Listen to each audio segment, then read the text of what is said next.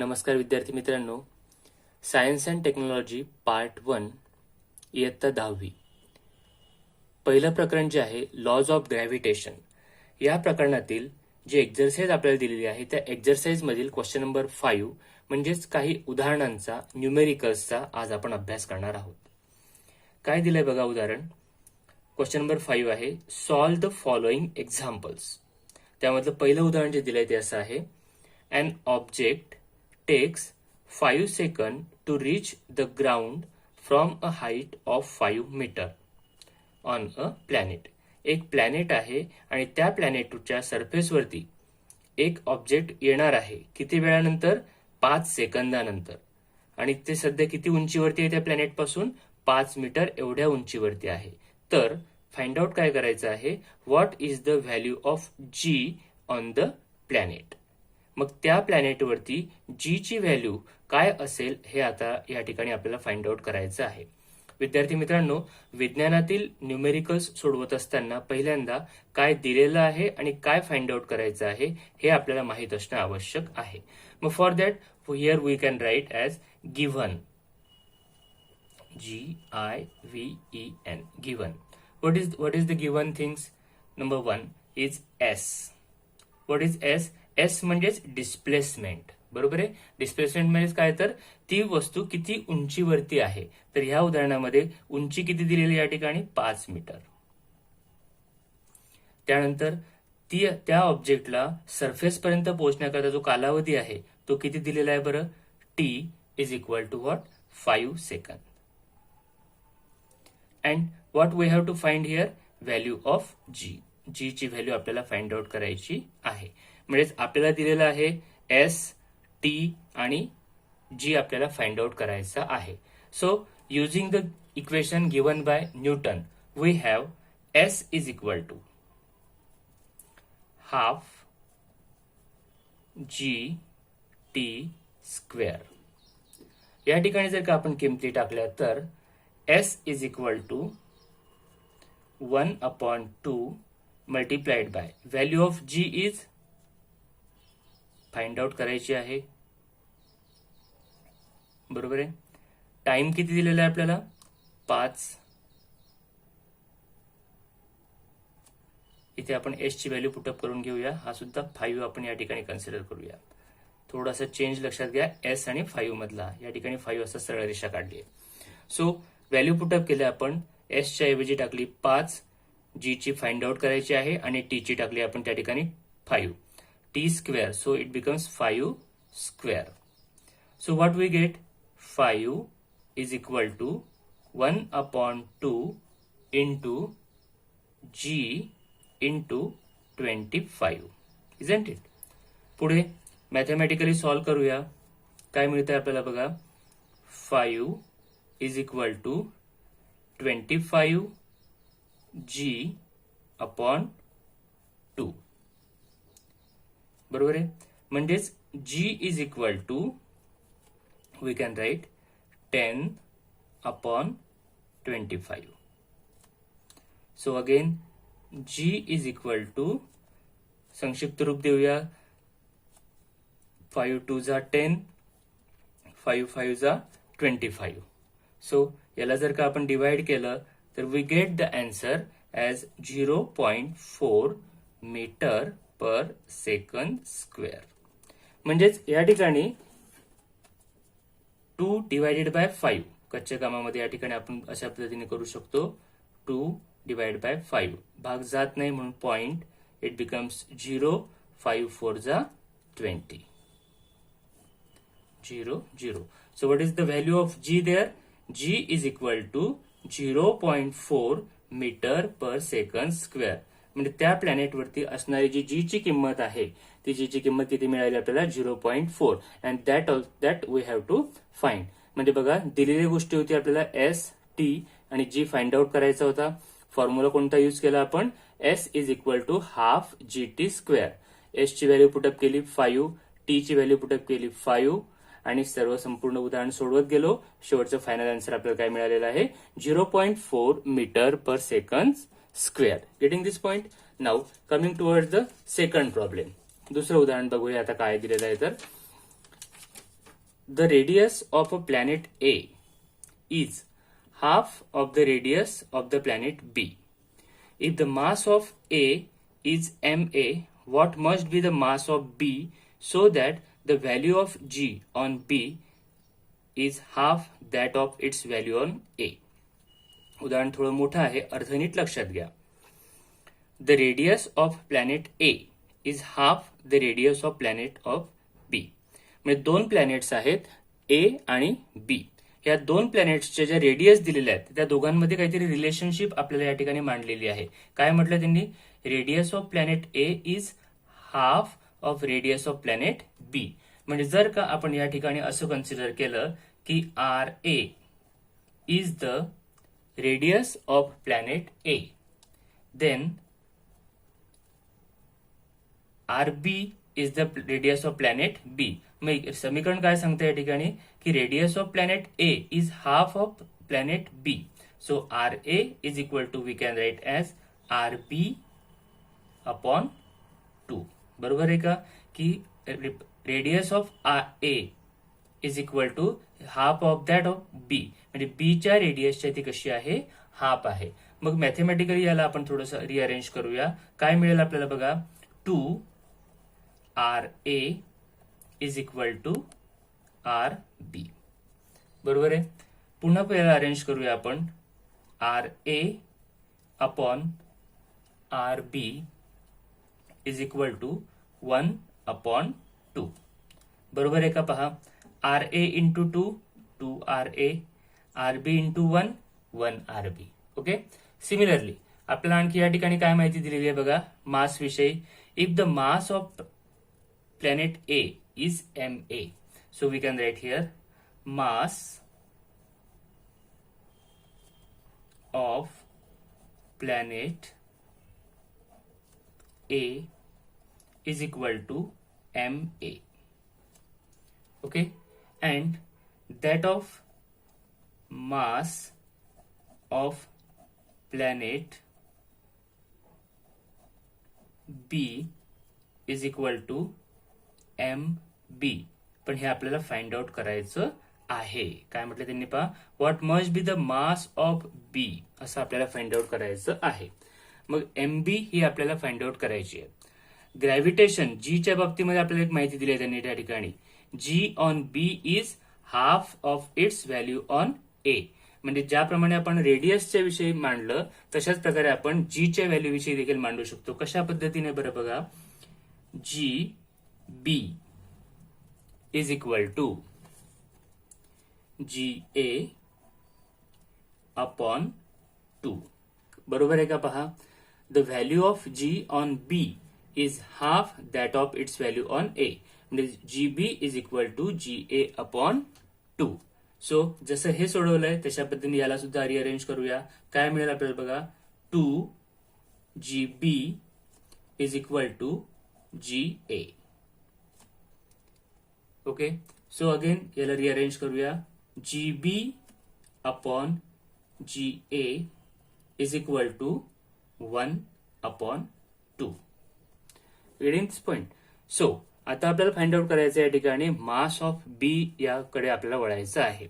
We have the formula. What?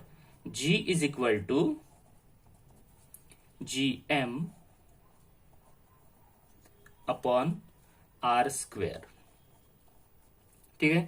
मग ह्या फॉर्म्युल्याचा use करून आपल्याला जी ए आणि जी बी याविषयी देखील आपण लिहू शकतो. कशा पद्धतीने? बरं बघा, G A is equal to G, that is gravitational constant, mass M A is upon R A square.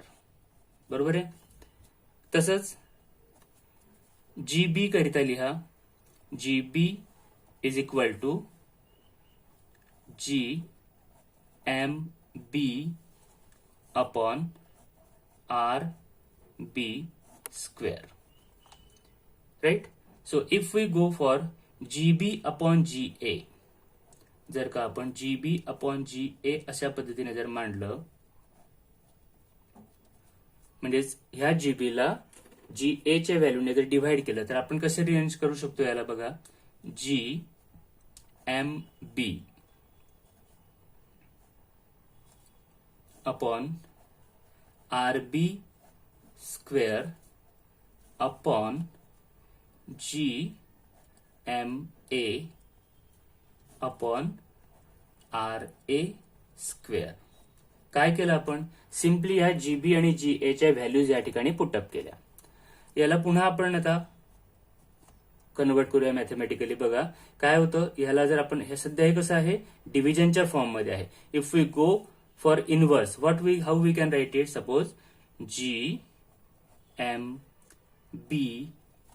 Upon RB square multiplied by याचा इनव्हर्स, म्हणजे या ठिकाणी आपल्याला मिळणार आहे RA ब्रॅकेटचा square upon GMA. Getting this? मग पुढे आता काय काय कॅन्सल होते या ठिकाणी? G is the gravitational constant, या ठिकाणी पण G आणि G कॅन्सल झालाय. मग आता मिळतंय का आपल्याला? शेवटी बघा या ठिकाणी we can rearrange it again. आपल्याला या ठिकाणी मिळतंय पहा काय राहतंय, GB upon GA is equal to MB upon MA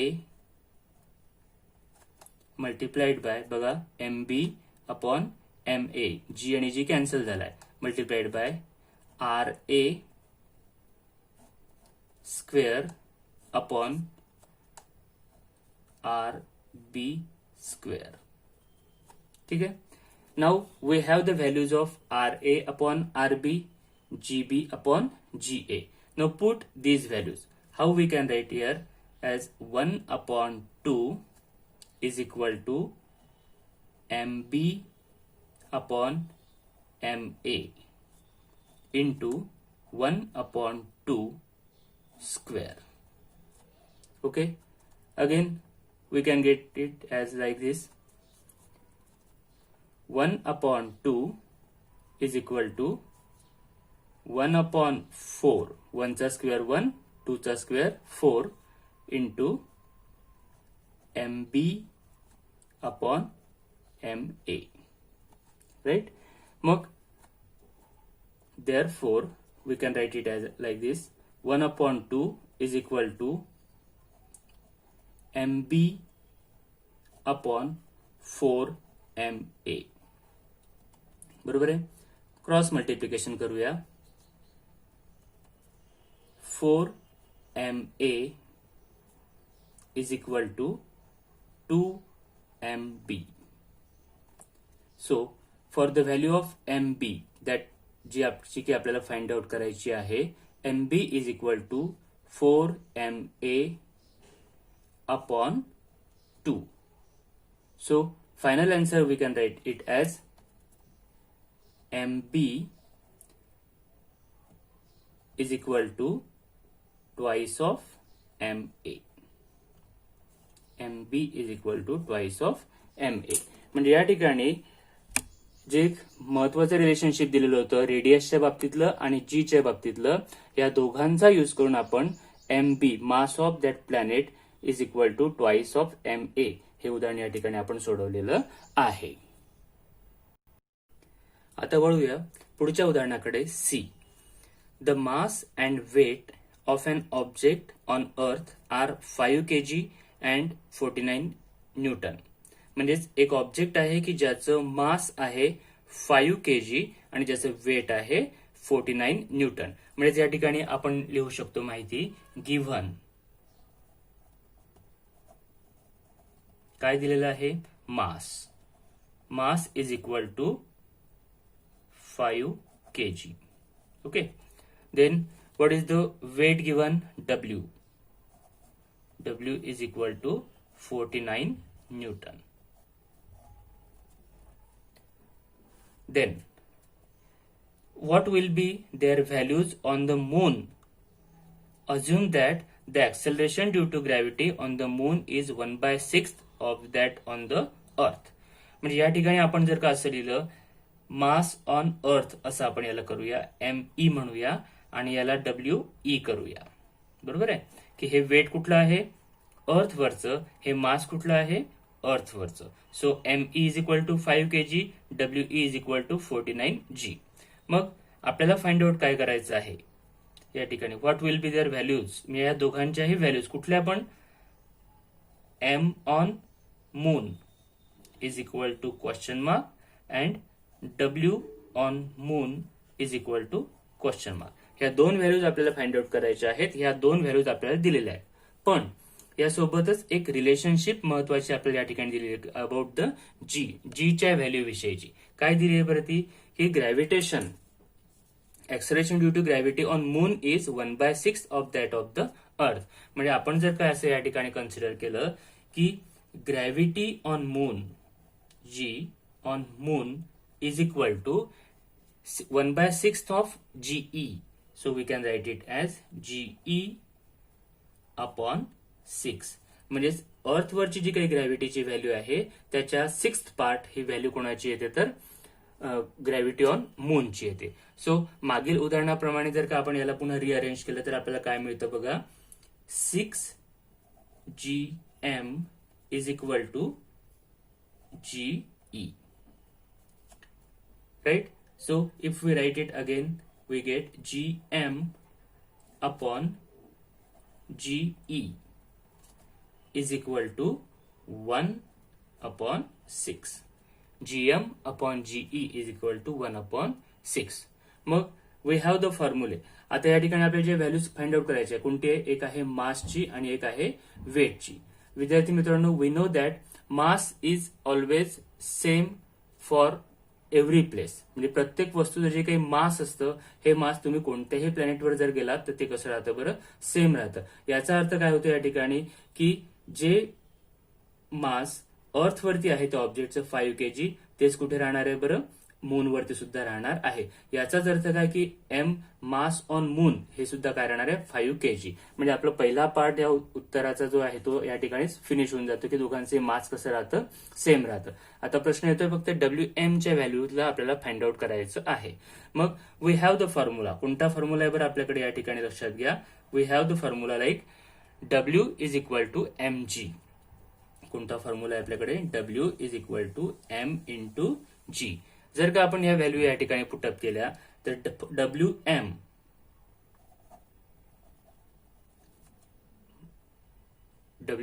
is equal to we can write as M into GM. बरोबर आहे. आणि WE is equal to we can write MGE. बरोबर आहे का. मग व्हॅल्यू पुटअप करूया बघा आता. If we divide WE upon WE upon WM असं जर का आपण या ठिकाणी मांडलं तर बघा काय मिळतं आपल्याला, WM upon WE is equal to M. So here it is MGM upon MGE. बरोबर. So M and M get cancelled. आपल्याला राहते फक्त WM upon WE is equal to GM upon GE. मग ह्याच्यापैकी आपल्याकडे कोणत्या कोणत्या व्हॅल्यू आहेत बरं, WM आहे का आपल्याकडे, नाही, फाइंड आउट करायचं आहे. WM अपॉन WE किती दिलेलं आहे आपल्याला 49 is equal to GM upon GE. या ठिकाणी आपण व्हॅल्यू फाइंड आउट केली, किती आहे बरं ती 1 अपॉन 6. सो मॅथमॅटिकली जर का आपण याला अरेंज केलं तर काय मिळेल आपल्याला, 6WM इज इक्वल टू 49. बरोबर आहे का. 6 इंटू WM 6WM आणि 49 into 1 49. So WM is equal to 49 divided by 6. याचे जर का आपण डिव्हिजन कॅरी आउट केली तर we get the value as WM is equal to 8.166 recurring ती व्हॅल्यू येते. याचाच अर्थ we can write it as 8.17. काय लिहिणार आपण याला 8.17. So weight on moon is equal to 8.7 आणि वेटचं युनिट काय आहे न्यूटन. सो the weight of that object on moon is 8.17 Newton. आणि याआधीच आपण स्पष्ट केलं की mass on the moon is again what 5 kg. का सारखं आहे बरं ते, कारण आपल्याला माहिती आहे की प्रत्येक ऑब्जेक्टचं मास तो कोणत्याही प्लॅनेटवर जरी गेला त्या ठिकाणी जरी कन्सिडर केलं तरी त्याचं मास हे कसं राहतं बरं, ऑलवेज सेम राहतं. इट रिमेन्स अनचेंज, ते बदलत नाही. म्हणजेच आपण या ठिकाणी काढलंय वेट ऑन मून आणि मास ऑन मून 8.17 न्यूटन आणि 5 kg. ठीक आहे. आता वळूया पुढच्या उदाहरणाकडे. D. An object thrown vertically upwards reaches a height of 500 metre. एक ऑब्जेक्ट आहे की जर का व्हर्टिकली फेकला तर तो किती उंचीपर्यंत जातोय बरं, 500 मीटर एवढा उंच जातोय. मग क्वेश्चन विचारलेला आहे what was its initial velocity. त्याची इनिशियल व्हेलॉसिटी किती असेल. का तर how long will the object take to come back to the earth. त्या ऑब्जेक्टला पुन्हा अर्थवर येण्याकरता लागणारा वेळ किती लागणार आहे, टाइम. बरोबर आहे. How long it will take, किती वेळ त्याला त्या ठिकाणी लागणार आहे हे आपल्याला काढायचं आहे. And assuming that G is equal to 10 metre per second square. म्हणजे त्या ऑब्जेक्टवरची जी जी ची व्हॅल्यू आहे ती किती आहे बरं, 10 मीटर पर सेकंड स्क्वेअर आहे. मग आपण ज्या गिव्हन थिंग्स आहेत त्या या ठिकाणी पहिल्यांदा मांडूया. गिव्हन काय दिलंय बरं आपल्याला, किती उंचीवर तो जाणार आहे, हाईट त्याची दिलेली आपल्याला h is equal to 500 metre.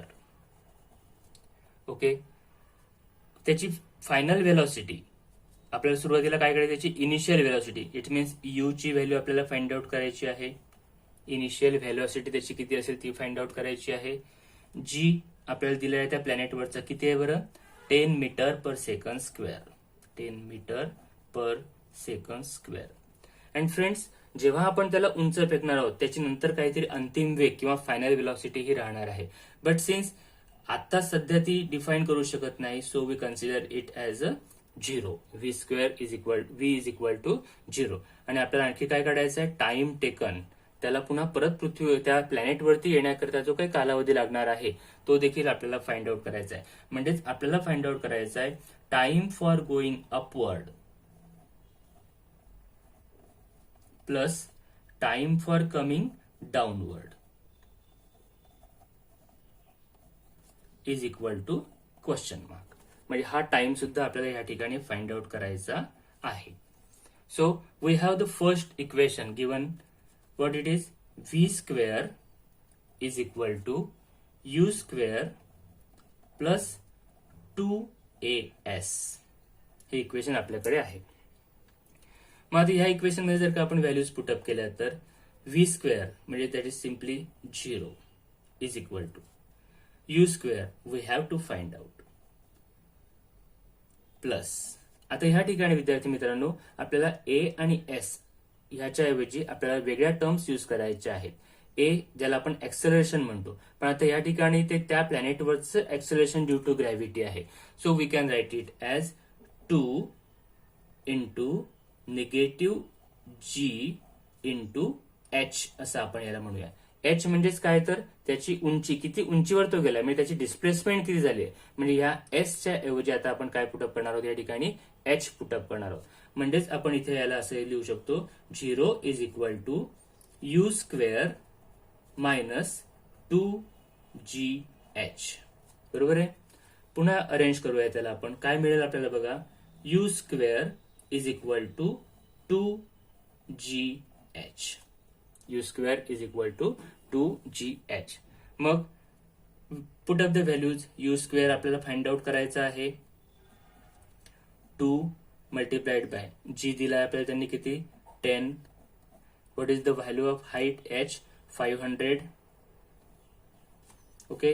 So we can write it as U square is equal to 5 2 जा 10. It becomes simply 10,000. बरोबर आहे. So u is equal to square root of 10,000. Right? So simply u is equal to what? 100 meter per second, because it is the velocity. So unit is meter per second. म्हणजे initial velocity त्या ऑब्जेक्टची किती असायला पाहिजे? 100 metre per second. 100 metre per second. म्हणजे by using the equation v square is equal to u square plus 2as and putting the values we can find out the value of initial velocity. म्हणजे आपला पहिला part जो question mark होता तो आपला clear झालाय की यू ची व्हॅल्यू आपल्याला मिळालेली आहे 100 metre per second. Now next is total time taken for coming downward. म्हणजे वरती जाण्याचा आणि पुन्हा खाली येण्याचा असं एकंदरीत टाइम किंवा कालावधी त्याला किती लागणार आहे ते आता आपल्याला या ठिकाणी फाइंड आउट करायचं आहे. We will make 2 parts of our page here. First v is equal to u plus 80 असं एक सूत्र आपल्याकडे आहे, इक्वेशन आहे. कोणतं? v is equal to u plus 80. Again replacing some values, how we can write it? v ची value आपण 0 या ठिकाणी घेणार आहोत, 0. u we have now, but before that u plus, again here we can place it as -g. Okay, आणि याला t ला as it is ठेवूया, जसं या समीकरणामध्ये आपण मांडलं तशा प्रकारे. मग काय मिळेल आपल्याला बघा? 0 is equal to u minus gt. Right? So we can write it as u is equal to simply gt. आता व्हॅल्यू पुटअप करा. u आपण फाइंड आउट केलेली आहे, किती आहे बरं? 100. g आपल्याला दिलेली आहे 10 and so time find out करायचा आहे. So t is equal to 100 upon 10. Okay, so t is equal to here 10 second. किती व्हॅल्यू आली याची टाइमची? t second. Now this value is repeated for 2 times. Why? 10 second for going upward and 10 second for coming downward. So we can write it as t upward plus t downward is equal to 10 plus 10. That is what? 20 second. This is our second part of our problem. So म्हणजे पहिल्या पार्टमध्ये आपण त्याची initial velocity find out केली आणि दुसऱ्या पार्टमध्ये त्याला जो लागणारा कालावधी आहे, time taken for going upward and downward, that also we have find out. That is what? 20 second.